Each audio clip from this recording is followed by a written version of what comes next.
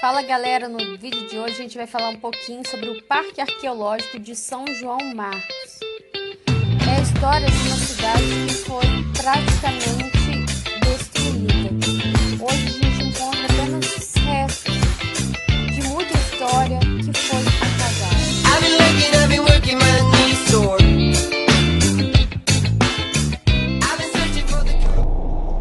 Bom galera, a gente está entrando no Parque Arqueológico de São João Marcos.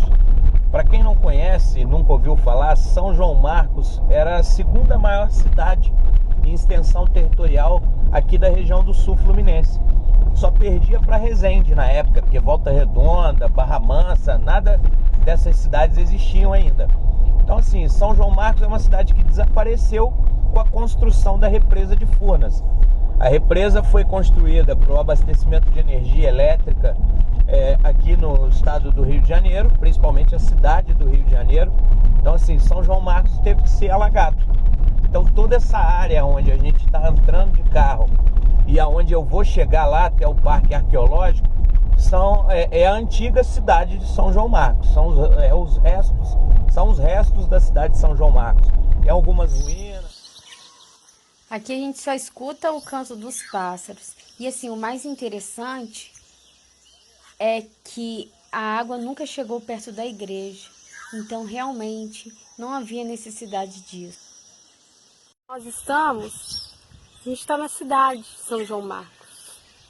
Então, a gente acabou de descobrir várias coisas sobre a cidade. Primeiro, que ela foi a primeira cidade a ser tombada e depois, um ano depois, destombada. Por que São João Marcos foi alagado? Bem, a cidade do Rio de Janeiro estava crescendo muito. A desculpa foi que a cidade do Rio de Janeiro estava crescendo muito, a população estava passando sede, e aí precisava de um lugar para eles jogarem mais água da represa de Piraí. Então, e assim, o silêncio que a gente escuta, só o canto dos pássaros aqui, deve ser o silêncio das memórias dos moradores que aqui viveram. A gente acabou de assistir um vídeo em que antigos moradores contavam um pouco da história de São João Marcos e assim a gente viu a emoção nos olhos desses moradores contando um pouquinho do que foi, que aqui, gente, foi enterrada não só uma cidade, mas foi enterrada a história de muita gente.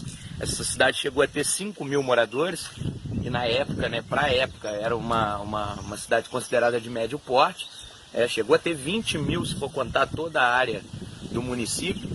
Então assim, muita emoção nos olhos deles, a gente chega a ficar emocionado também por poder ouvir um pouquinho dessa história, porque realmente estudar a história, entender um pouco da história, é você poder, com certeza, entender o presente. Se você estuda o passado, tu entende o presente. Então assim, o professor que nos contou um pouquinho da história da região aqui, ele passou pra gente um pouco das circunstâncias políticas que levaram à inundação da cidade. Então assim, eu acho que é muito legal a gente poder ouvir. Aqui é o seguinte, conforme a Light ia comprando as casas, no outro dia já era destelhada e começava a demolição. Por quê? Para que as pessoas não voltassem.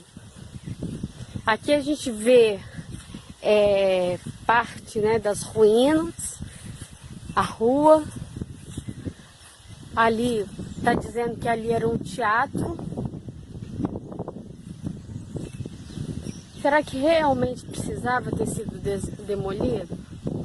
Fica aí a minha dúvida. Não tinha outra maneira mesmo?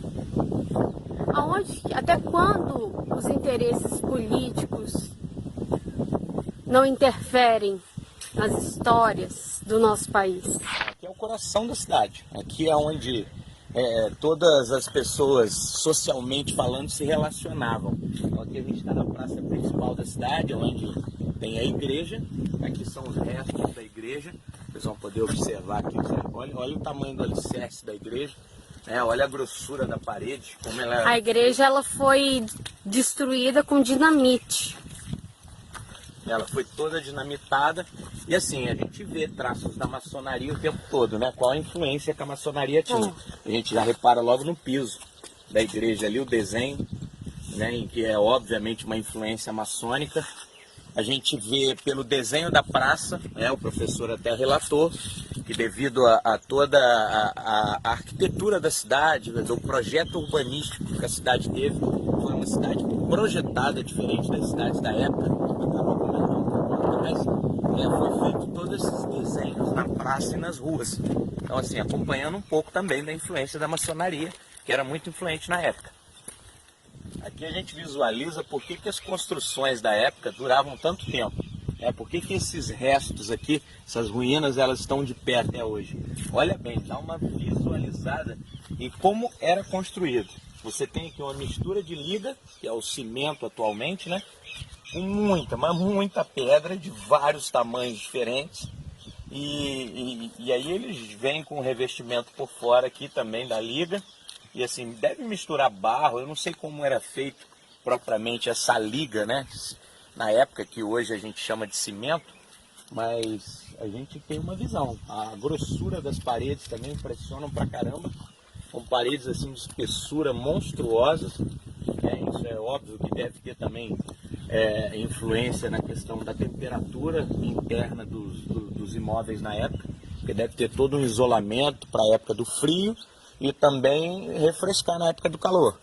Então, assim, isso era tudo pensado na época, né? E a mão de obra toda escrava. Sem sombra de dúvida, mão de obra escrava para estar fazendo. Aqui, como eu falei, olha só o tamanho das pedras.